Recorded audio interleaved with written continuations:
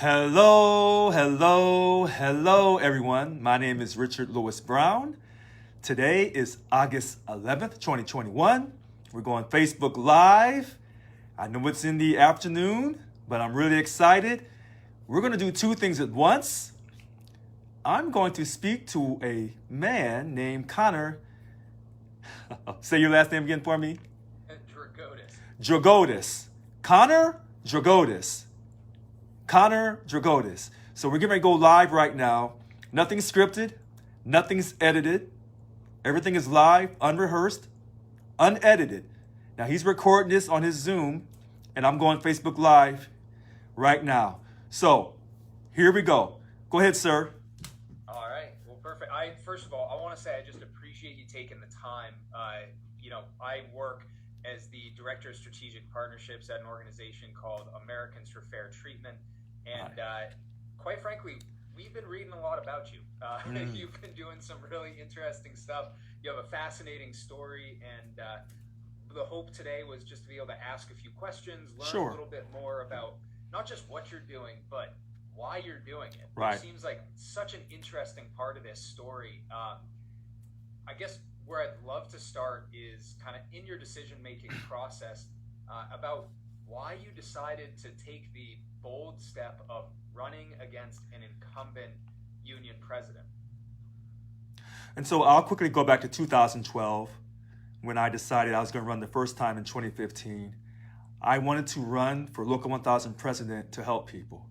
I wasn't running to make a name for myself or, do anything splashy. I simply wanted to help people. I wanted to ensure that we had, our contract enforced. And that's how I got involved. We had given up 1 day's pay in 2010 for that contract. And then while under that current contract, we had to give up another day, the 2012 POP.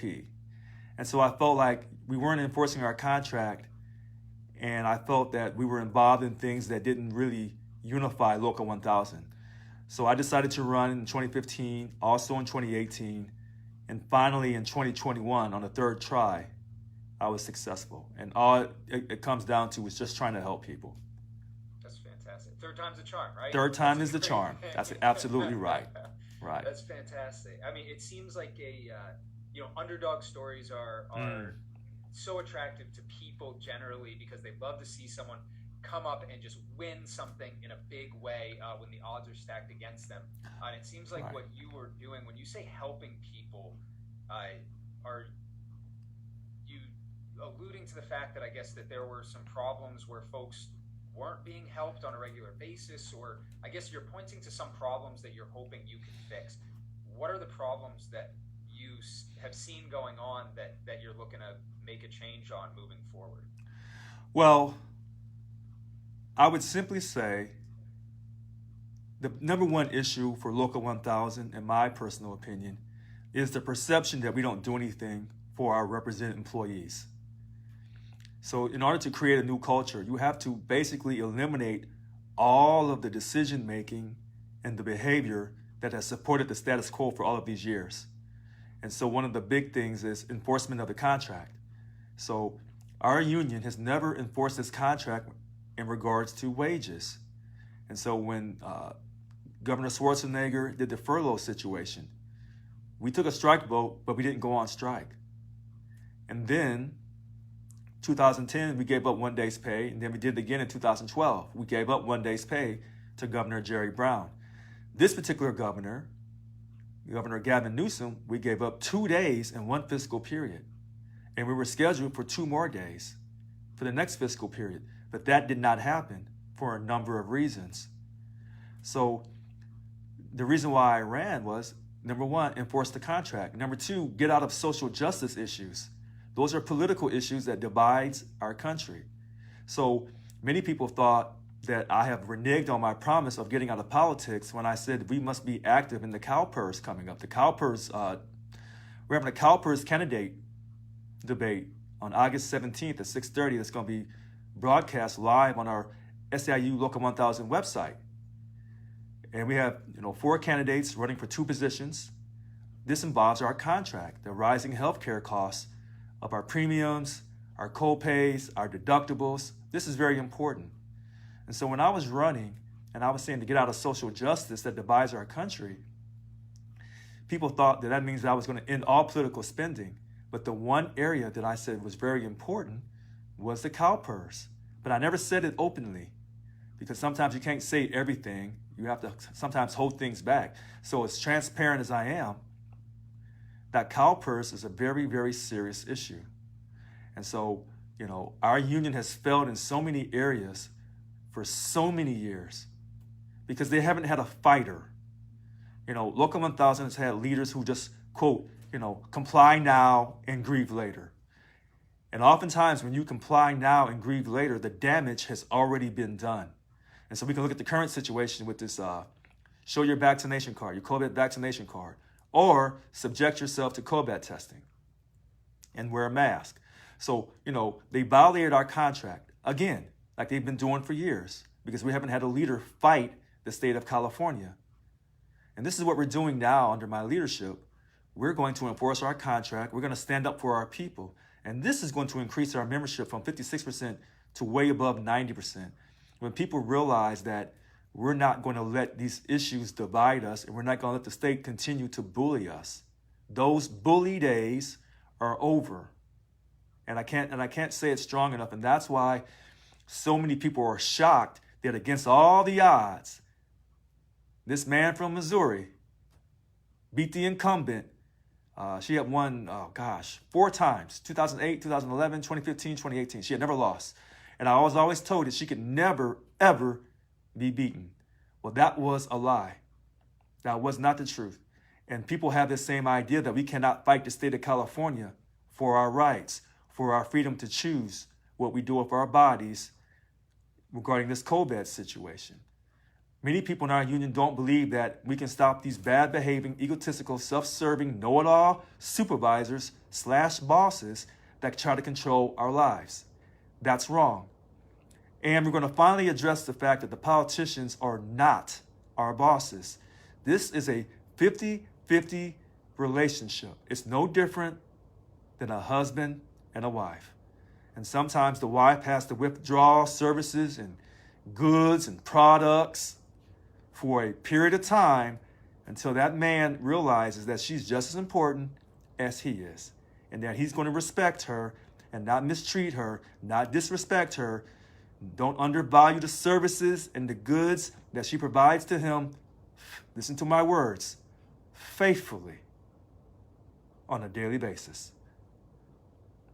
That's a fascinating, I love your directness. It's something that's so, it's uncommon, unfortunately. As we look at this, and I think you spoke to this a little bit already, especially about your goals and why you did this.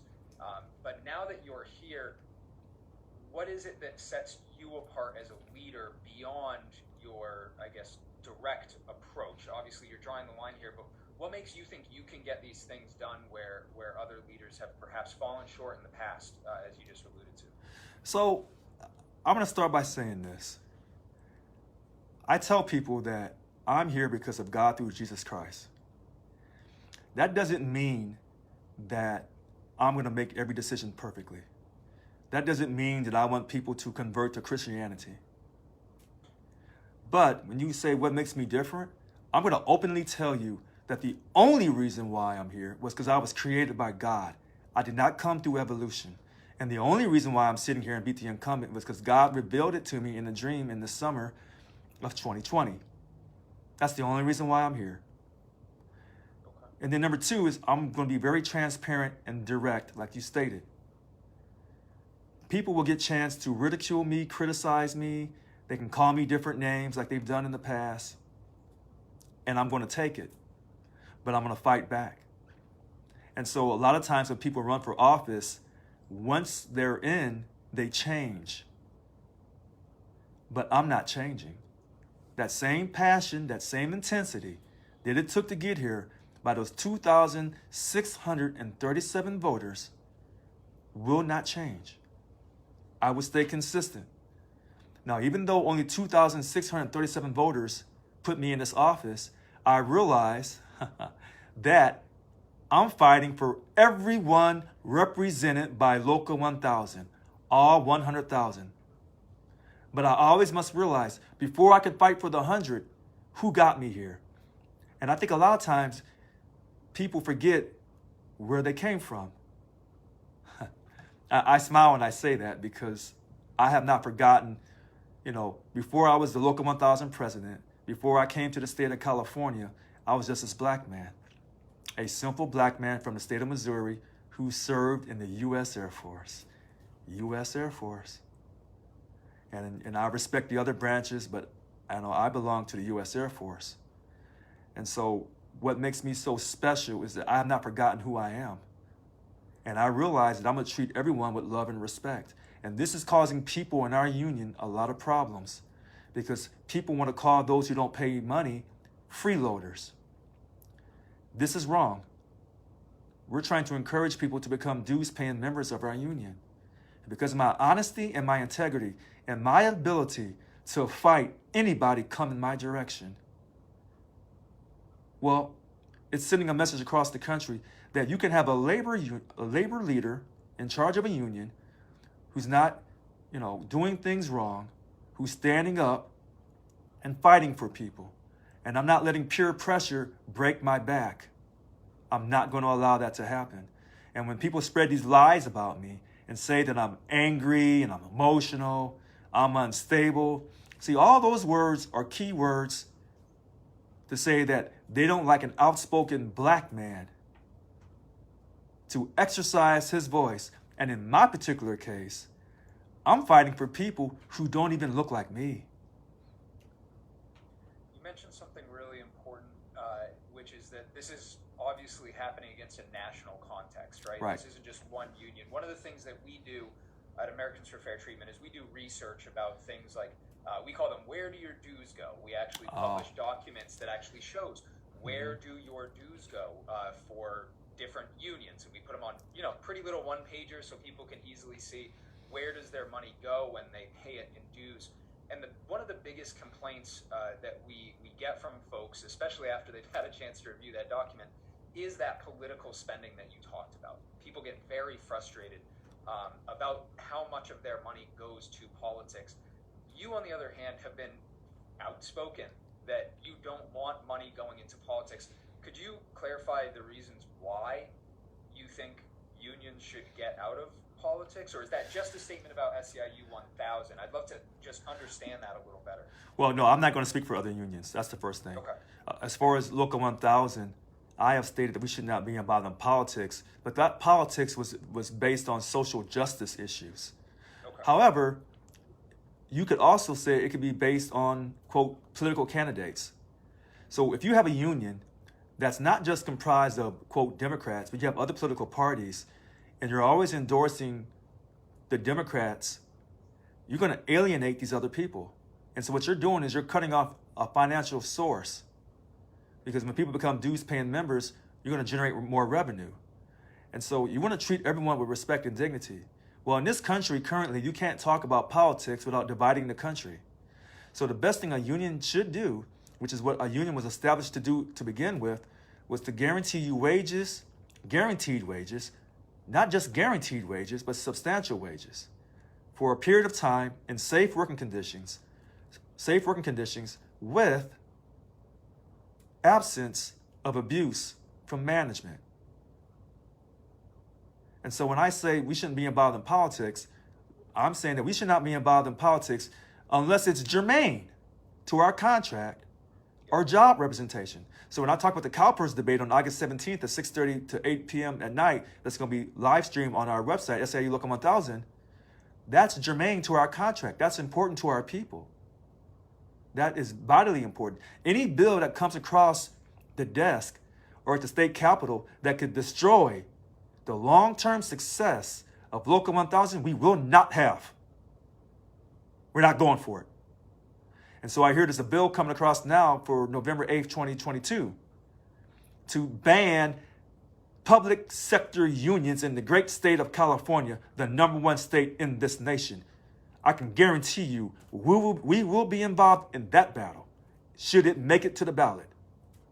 But to be involved in, quote, social justice issues, Black Lives Matter, Fight for 15, immigration. Maybe some people would say this vaccination situation is a political issue. I'm not for sure. I don't want to get thrown off Facebook or YouTube for saying that. So we want to have a safe environment across the nation. But these are hot button issues that will not unify a union. And it's just that clear. I'm trying to be crystal clear on this. Politics divides us. Does it get complicated when it comes down? It seems like in some ways that does require kind of an issue by issue approach, which is so important to remain consistent. But is that how you will plan to lead this union moving forward on an issue by issue basis to decide whether or not, I believe the phrase you used was germane to the interests of SEIU 1000, or is there some sort of rule that people could use to apply to kind of, hey, this is how we could expect the union to approach different issues in the future? No, that's a great question. And I would go back to what I said about germane to contract negotiations and job representation. Now, some people will say, well, you can make a lot of things germane to those two issues. So that's where the conversation really gets heated. But I know this. All this Black Lives Matter conversation from last summer was hypocrisy. See, all these people in our union that was taking part, that was being led by our president, our former president, about Black Lives Matter, I would say that has caused us more problems. Because, let's be honest, in my personal life, I would say absolutely Black Lives Matter too. But in my public life, and I said Black Lives Matter too, not to diminish no other person who's not black. Because Black Lives Matters means that we're seeking equality from the black community. That's what I say in my private life. In my public life, as a Local 1000 president, we must unify our union. We don't talk about racial issues to unify our union. That's not going to work. We're going to put our focus on money, contract negotiations, and job representation. Even though there may be issues for some of our represented employees that could be based on race. But our contract is not written strong enough to really do those people justice. When you get involved in these social justice issues, you're going to cause problems for people. People are not giving money to our union for social justice. And I made this comment last summer. I said, how is this current president at that time, who was African American, how are you having a racial justice conversation with white people when you just lost their money 2 days for a whole fiscal year? Now, I don't know all the white people in California, but I know those white folks in Missouri. Oh, I know them well. If you're gonna have a racial justice conversation with white people, and I would take my chance and say in any state in America, if you want to talk to white people about racial justice and you're a black person, you best have their money right. Okay? And that's real talk. And you don't have to go to David Chappelle or any of the comedians to hear this. I'll tell you to your face. So when she did that, while she lost our money, they agreed, leadership agreed to give up our money for 2 days, for 2 straight years. Not just 1, 2 straight fiscal years. And then they turned around and wanted to have a racial justice conversation and have all these other social justice conversations.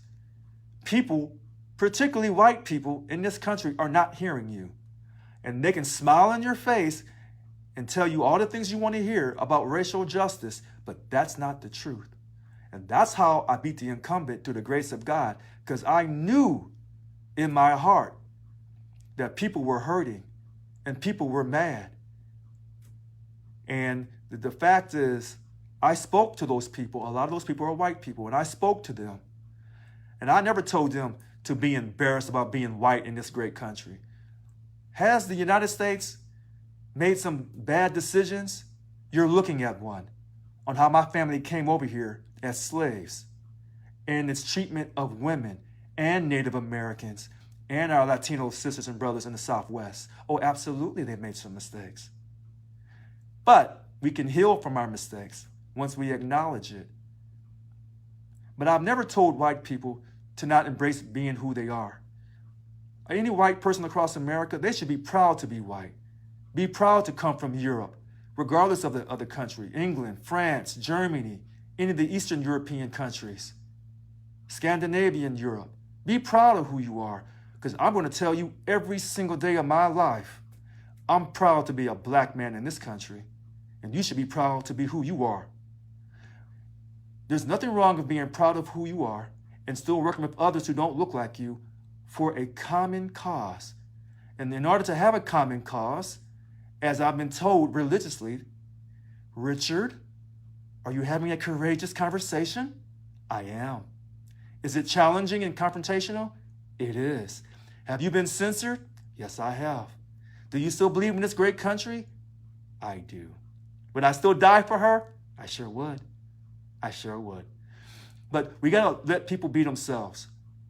And by letting people be themselves, embracing people, bringing us together in this union, a union, not based on race or social justice, but by, quote, money and respect in the workplace, Local 1000 will become the #1 union across this nation.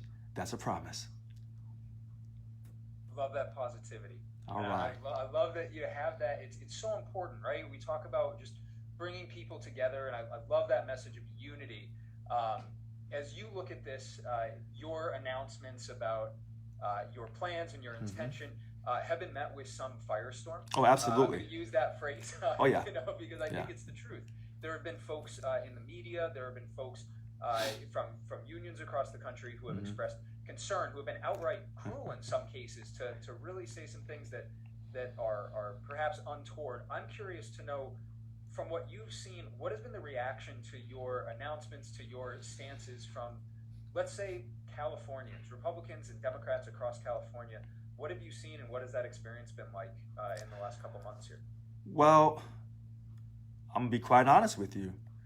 Many people in Local 1000, I'm not going to speak for people outside the union, they don't want me here. They want me removed as soon as possible. And, this is what I was saying about the hypocrisy of the Black Lives Matter movement. See, if I was saying things that didn't rock the boat, if I just kept the status quo going, number one, I wouldn't be in this position. Number two, that wouldn't be who I am or why God put me here. These people in Local 1000, a lot of these people are so upset. And they say that there's power in voting and that you should respect elections. So a lot of these people who want me to be removed immediately, who are on Facebook running off at the mouth, are the same people who told those who voted for, quote, former President Trump to accept the election loss. But yet now they can turn around and criticize me. And they're criticizing me because they're mad because I beat the person they wanted to sit in here, the incumbent.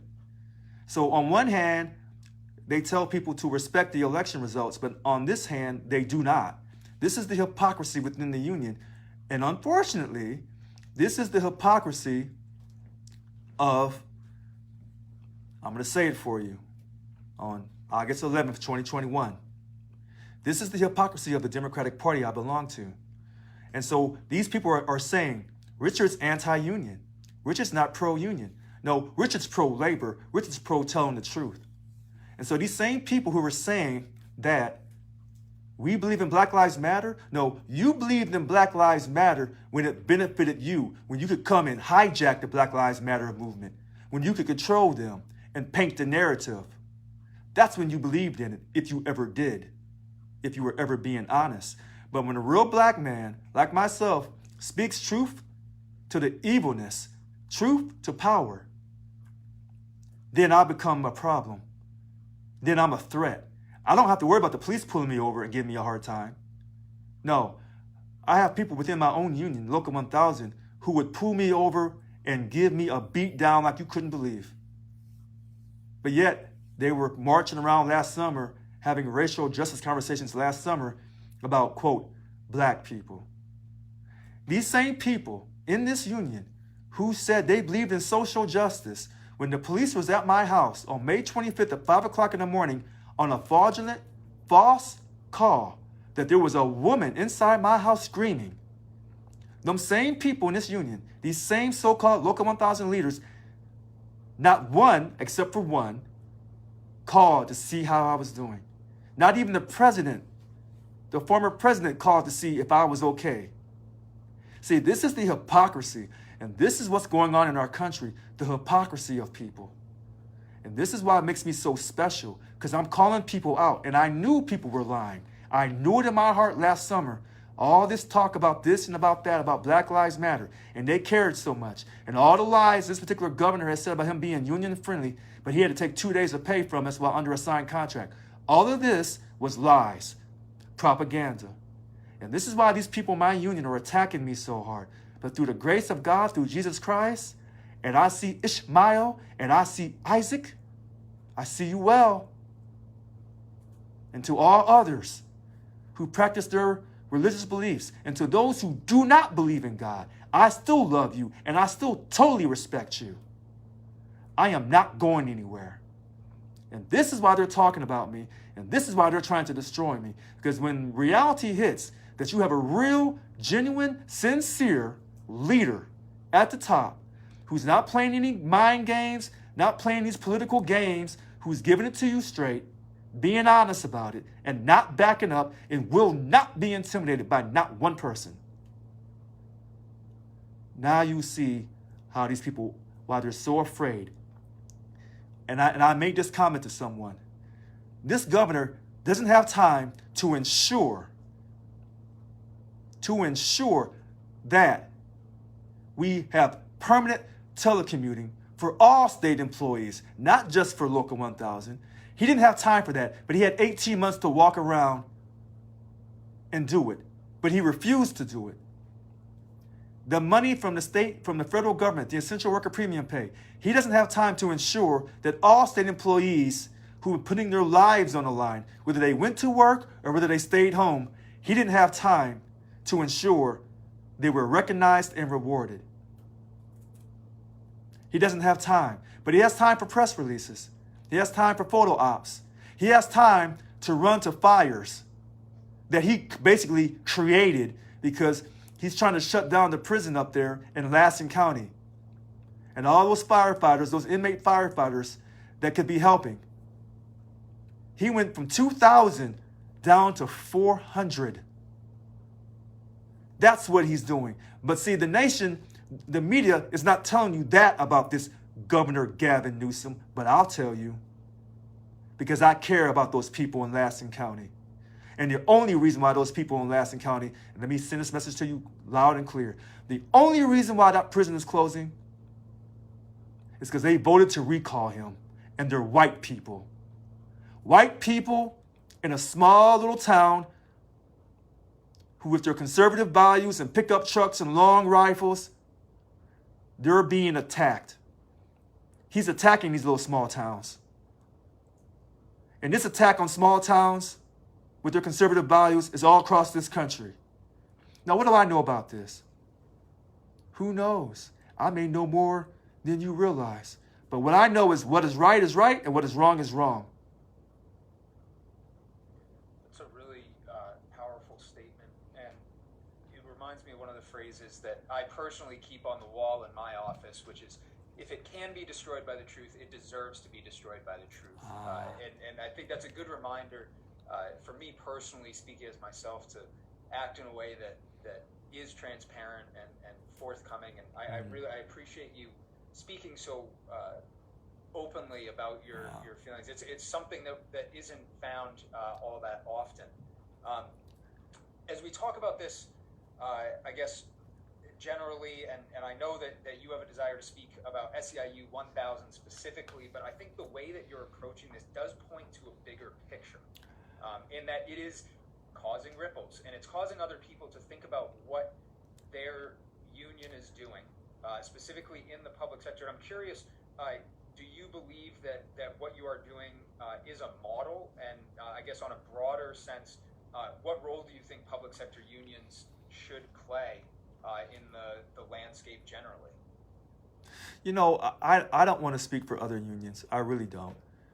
But yeah, this could be your personal opinion. No, right. But I do want to say something about voting. And I told people this years ago, and they laughed at me. I said, one day I'm going to win this election for Local 1000 president. And the fact that the way it's set up in California with this exclusive right. So in other words, if you come work for the California state government and your job is represented by one of the 12 public sector unions, that union has the exclusive bargaining control over your job classification. And therefore, whether you pay money or not, that union controls your wages and working conditions. And because of that, the way it was set up back on September 30th, 1977, the Employer-Employee Relations Act, you have to let people vote whether they pay money or not. And so a lot of people hate that, especially in my union. They say that's what makes me anti-union, and I'm not anti-union. What I'm saying is you can't charge people money to vote in this great country. I think this statement that I'm making may have an effect on other unions in this state about voting. And I'm going to say this 1,000 times. In this great country, you do not have to pay money to vote. And I don't care what they say, I don't care how they spin it. If you're charging someone money to vote as one of the conditions to vote, that's a poll tax. That's a poll tax. And I find it very interesting how the people who fight me the hardest on this are white males, the original voters in this country. The original voters of this country were white males, property owners, or taxpayers. That's the funny thing. The original voters of this country. So the people who are fighting me so hard in this union about what type of effect might going to have on other unions, it's the power of voting. You would think Local 1000 would want everyone in our union to vote because our union, quote, is Democratic friendly. We support Democrats. And they tell you that voting for all, they did everything they could to make sure that voting was being done by everyone in America in this last election, a historic election. But yet in our own union, we have low voter turnout because our people are so disenfranchised and they're so disgusted with our union. And when you don't allow non-members to vote, that causes problems. Because you don't charge people money to vote. But in our union, that's what we're doing. And I hope this message goes across the nation. What is wrong is wrong. What is right is right. And for Local 1000 to be doing this, it's hypocrisy. And it's a reflection of the hypocrisy of the Democratic Party regarding voting. That's what it is. And that's why and there's a number of reasons why they're so mad at me. But God put me here for a reason. And I can guarantee you this. Under my leadership, we will have a strike fund. Local 1000 has never gone on strike. You show me a labor union that's never gone on strike at least once in its lifetime, and I'm going to show you a social justice organization. That's not a union. That's not a union. We will have a strike fund. We're going to create a strike fund. And we're going to, with all the love and the glory of God, when we come to bargain with the state of California in a couple years, we're going to always, like we've always done, bargain in good faith. Now, will the state bargain in good faith back? No, I don't think so. Because you say, why do you say that so early on? Because they haven't bargained in good faith with our current contract. They violated our current contract with this July 26 COVID letter. They violated our current contract when they asked us to give up our money by doing a side letter agreement. They don't care about us. The state of California, this particular governor, he does not care about public sector union employees in the state of California. But we're going to bargain in good faith. But once we reach a legal impasse, I can reassure you, when we take a strike vote, if that strike vote comes back, yes, we will go on strike. And we will, after bargaining in good faith, with all the love and the glory of God, and letting all the news media know that we don't want to shut the state down. We don't want to do that. We know you need your driver's licenses. The businesses need to run. EDD needs to file unemployment claims. We know all that. And we would never, ever do anything to hurt the taxpayers in the state of California. However, you're not going to disrespect us anymore. And we're going to bargain in good faith, but we reach a legal impasse and we take a strike vote, this state will be shut down. Book it. There we go. I love that. I guess I want to be respectful of your time. I know we had said 20 to 30 minutes. Right. First, I want to thank you for taking this time. You know, we had reached out to just learn a little bit more about you and why you're doing what you're doing, so we could write an article and maybe make a video kind of with some highlights. And I feel like the information here is so much more. I'm going to put it out there only because I know that you're live streaming and Right. this is out there, but obviously, legal disclaimer of the AFFT does not endorse or support. We're here to Right. gather information, so you can do that. Lawyers as they are. I feel like that's always an important thing to say. Before we wrap up, I just want to give you a chance to just say, I guess, a closing statement. Anything else that folks out there in your live stream, or as we look to write an article about some of the things that are going on in California, or put together a video, what else do you want people to know about your focus, about your work, about the direction your organization is headed, so that we can look forward to the future and have an idea of what's coming? Well, Connor, first of all, thank you for inviting me.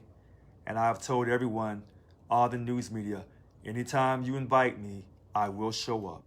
And I greatly appreciate you inviting me. I will simply say this for the closing. Local 1000 will always be here. Nobody, no organization, I don't care, this Freedom Foundation, or whoever they are, you will not beat us. Now, that's a guarantee. And a lot of people think that I've gone at this Gavin Newsom really hard. Let me be crystal clear. On August 11th, 2021, Local 1000 will always be here. I may not be here, but this union will be. And if anyone thinks for 1 minute they can attack this union and take us out, I can guarantee you, when I open up on you and I get at you and your organization, it will be a wrap. This union will always be here. We will be fighting for our people. We will never, ever be defeated. Not by no Tim Draper or Freedom Foundation or anybody else that's coming for any public sector union in this state. Hope I didn't sound too angry. Well, that is a strong closing. Again, huge thank you for taking the time. We'll, as I mentioned, this recording is going to go over to our senior writer and researcher who will do a write-up, and we'll have an article up on americansforfairtreatment.org. I'll make sure that I'll send you over a link on Twitter as well, so you have that. And Thank again, you. just a huge thank you. This has been tremendously, interesting.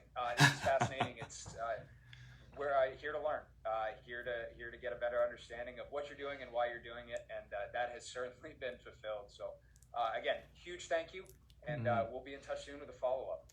Thank you so much for being nice. Have a great day. Absolutely. Talk soon. Bye-bye.